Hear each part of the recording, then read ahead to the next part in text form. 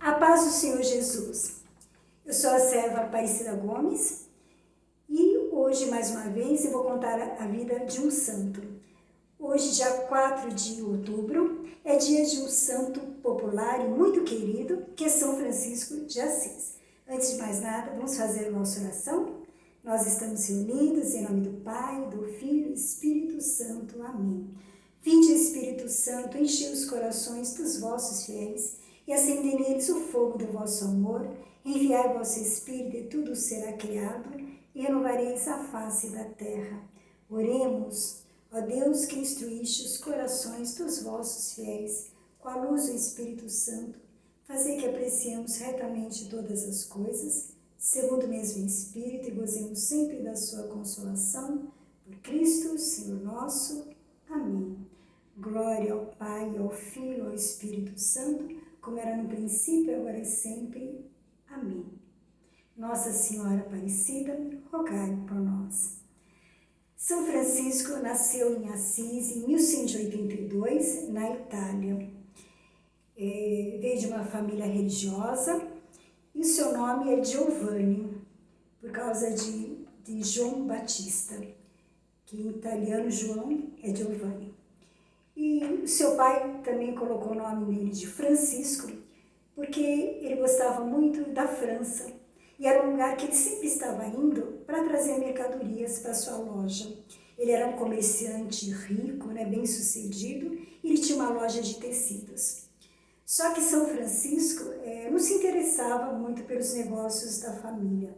Ele não trabalhava na loja e ele só queria saber de se divertir, era uma boa vida, assim, beber, estar com os amigos. Ele era uma pessoa assim, muito simpática, assim, sempre estava rodeado de muitas pessoas, muito alegre, brincalhão, e levava aquela vida assim, fútil, E o seu sonho era ser cavaleiro, estar assim no meio das batalhas, no meio da guerra.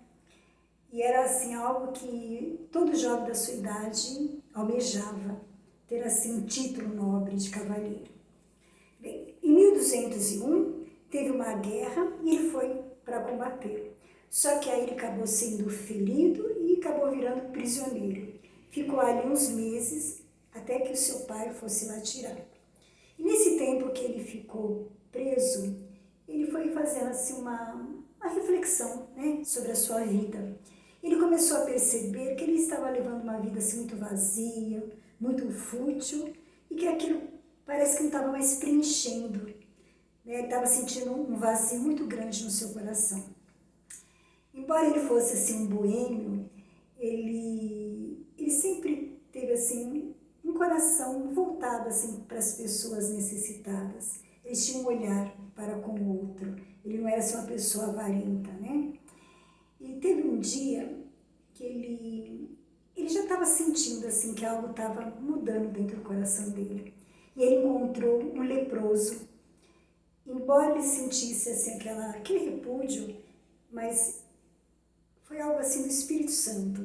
Ele se aproximou do leproso e lhe deu um beijo. E ele conseguiu ver no rosto do leproso o próprio Jesus. E ele sentiu que algo estava mudando dentro dele, que a vida dele já não era mais a mesma. E aí teve um dia que ele entrou dentro da igreja e olhando para o Cristo crucificado, o Senhor disse assim no seu coração: restaure a minha igreja, que ela está em ruínas. E o que ele fez? Ele foi lá na loja, pegou umas mercadorias do pai dele, vendeu o cavalo dele e pegou aquele dinheiro e levou para o padre, para ele arrumar a igreja. Ele achou assim que era igreja física, mas depois ele entendeu que o Senhor falava da igreja assim de um lado assim da parte espiritual. E aí ele levou aquele dinheiro lá para o padre. Só que como o padre conhecia o pai dele, o padre não aceitou. Aí o que ele fez? Ele pegou o dinheiro e doou tudo para os pobres. Nossa, mas o pai dele enlouqueceu, Ele perdeu a cabeça. Ele ficou muito bravo com São Francisco e deixou ele preso dentro de casa. Ele ficou proibido de sair. Só que a sua mãe, como mãe é mãe, coração assim mais mole, né? E ela também sabia da vocação, né, do filho. Ela foi lá e soltou.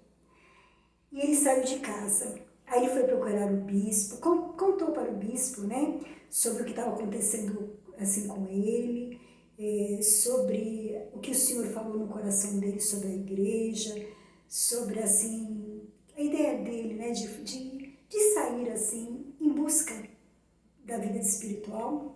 E nisso o pai dele foi atrás.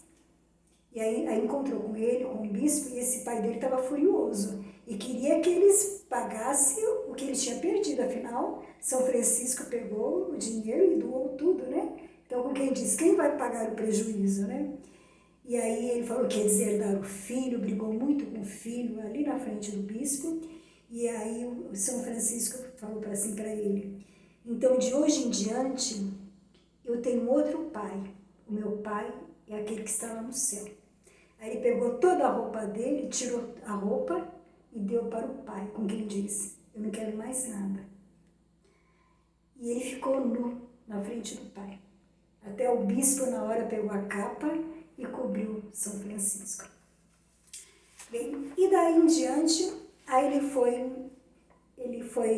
saiu, né? Foi para as cavernas, vivia no meio da natureza. Ele chamava a natureza de irmã e os animais de irmão. Ele amava muito a natureza, ele falava com os animais, ele tratava assim os animais como se fosse assim um irmão mesmo da família, né? E ele tinha muito amor às pessoas necessitadas, começou a fazer um trabalho com essas pessoas. Ele tinha um olhar de misericórdia para com os pobres.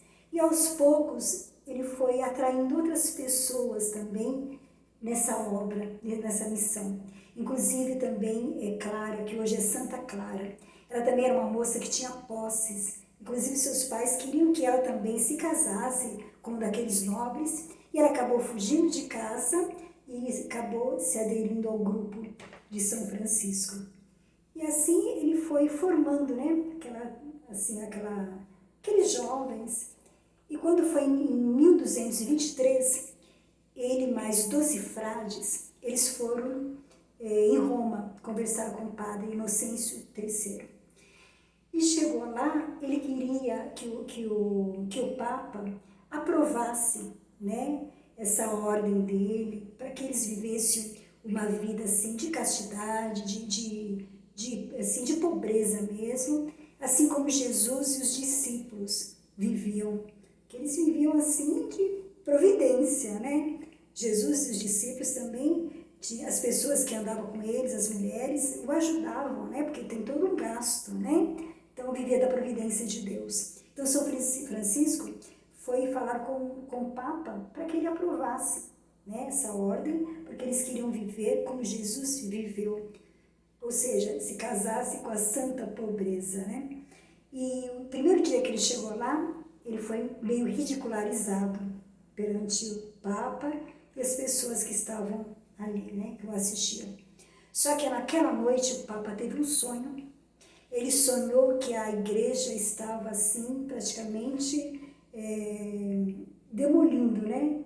Como se ela tivesse assim, a igreja caindo. E que São Francisco, ele a sustentava, como se ele segurasse as colunas da igreja. Foi exatamente as palavras que Jesus disse para São Francisco.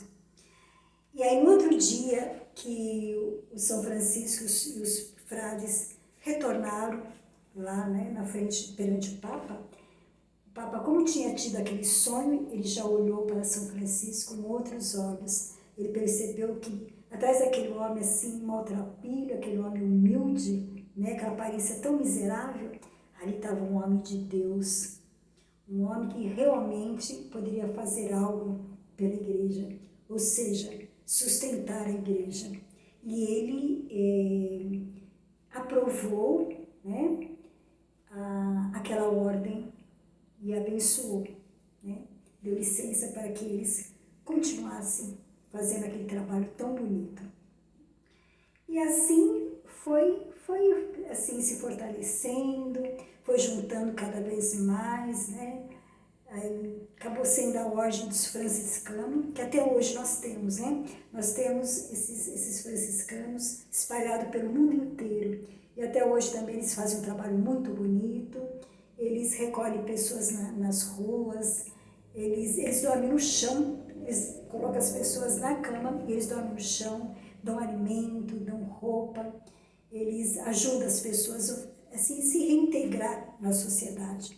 Então eles deram continuidade nesse trabalho de São Francisco, né? E São Francisco, uma coisa assim também curiosa, ele foi a primeira pessoa, aliás, ele que criou, né, que inventou o presépio. Bonito, né? Foi um jeito que ele encontrou para que as pessoas mais humildes, elas entendessem esse lado litúrgico do Natal, né? E aí ele montou a Sagrada Família, ele fez ali os animaizinhos, e esse presépio que nós fazemos até hoje. Hoje em dia tem uns mais sofisticados, né? Tem vários modelos, mas o primeiro presépio, a ideia do presépio, foi São Francisco que fez, né?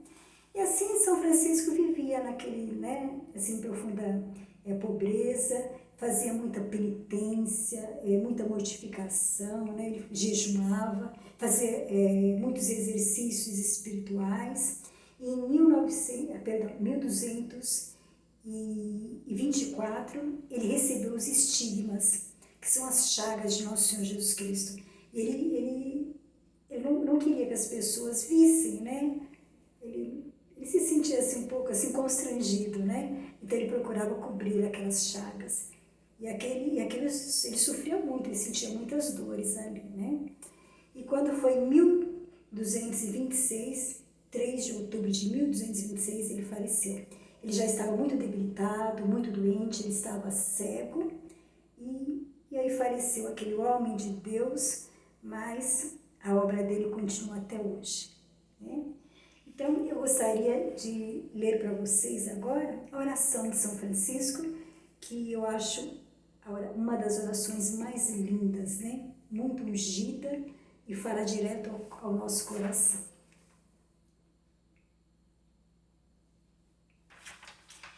Senhor, fazei-me instrumento de vossa paz, onde houver o ódio, que eu leve o amor, onde houver ofensa, que eu leve o perdão, onde houver discórdia, que eu leve a união, onde houver a dúvida, que eu leve a fé, onde houver o erro, que eu leve a verdade, onde houver desespero, que eu leve a esperança, onde houver tristeza, que eu leve a alegria, onde houver as trevas, que eu leve a luz.